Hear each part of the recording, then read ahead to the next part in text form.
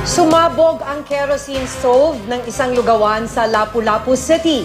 Mahigit 10 ang sugatan, kabilang ang ilang bata. Ayon sa Bureau of Fire Protection, matagal nang ipinagbabawal ang paggamit ng ganong klaseng lutuan dahil delikado ito. Makibalita tayo kay Randy Gurion ng GMA Cebu.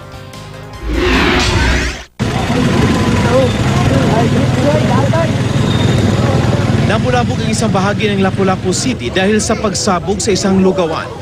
Nagkasunog pa dahil sa pagsabog. Mahigit 10 ang nasugatan. Kabilang ang ilang kumakain at nagbabantay sa lugawan kasama na ang may-ari.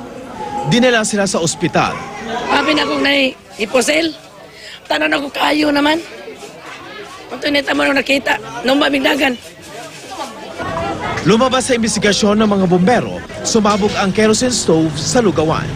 Ayon sa customer na si Joy Fuertes, may nakaamoy na sumisingaw na gaas bago nangyari ang pagsabog. Labis na napaso ang mukha ni Fuertes dahil nasa harapan lang siya noon nang sumabog ang kerosene stove.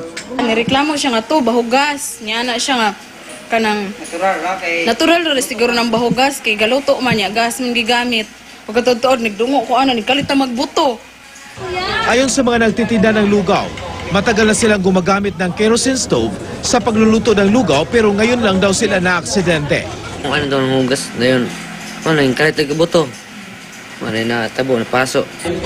Ayon sa Bureau of Fire Protection, matagal nang ipinagbabawal ang paggamit ng stove na ginagamitan ng kerosene dahil delikado ito. Ang iyang burner gud ang iyang tangki dool raman. Moto tungod siguro sa kainit niya. Tungod sa kadugay panahon gigamit, naging tendency nga ni-explode siya. Inaalam ngayon kung may pananagutan sa insidente ang may-ari ng lugawan.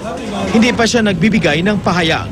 Matapos ang insidente, ininspeksyon ng BFP ang mga tindahan ng pagkain sa lugar at pinagtatanggal ang mga kerosene stove. Ang ilang tendero voluntaryo nang niligpit ang kanilang mga illegal na kalan.